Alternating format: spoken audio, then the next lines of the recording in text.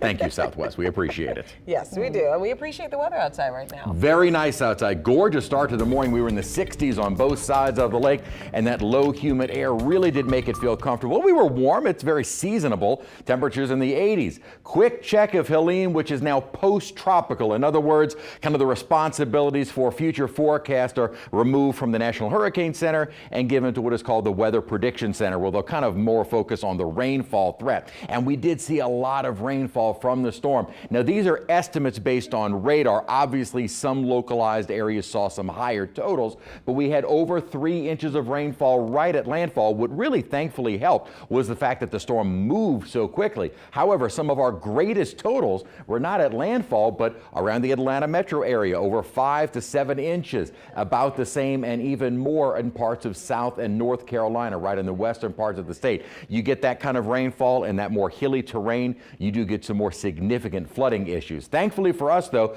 the circulation now, Helene is kind of getting absorbed in a big upper level low. That is just reinforcing the dry air that we already have in place really through the course of the weekend. Some of the models indicating maybe a slight increase in those dew points, which today had been in more 50s and low 60s. We'll probably maybe more get into the lower, maybe mid 60s through the weekend, but that is still a very comfortable air mass, which is going to stick with us for the next several days. Now, out in the tropics, now that Helene is somewhat no more as a tropical system, Isaac became a hurricane today, category 1, but it's going to stay out over the North Atlantic. We also have Joyce, which was named, this was an invest, a little area that will be highlighted in the central Atlantic, but long way to go with that one.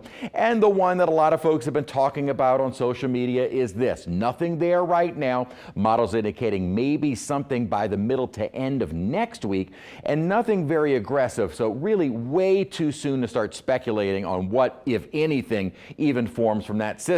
So with Isaac and Joyce and Helene now coming to an end, we have increased our numbers. So far this season, we've had 10 named storms, 6 of those becoming hurricanes, and now with Helene, 2 major. Now, on average, by tomorrow, we would have had 10 named storms, 5 hurricanes, and 2 major. So we're still generally running about normal. So all those forecasts for the hyperactive and above normal season just does not look like it is going to happen. But as we always say, it only takes one. For the folks in Florida, that one was Helene, and hopefully no other threat the rest of the season. There's some of the cloudiness associated with Helene. Got about as far as Jackson, at least in terms of more south, as we stayed under sunny skies all day today. 84 degrees, our current reading, and a dew point of 59. Feels really nice. Humidity at the moment is only at 43%. Morning lows, as mentioned, we were in the 60s, fairly widespread, but lake waters are still in the mid 80s. So if you're near the lake, you are a little bit milder, and only 74 degrees. Amazing when you get away from those warm waters.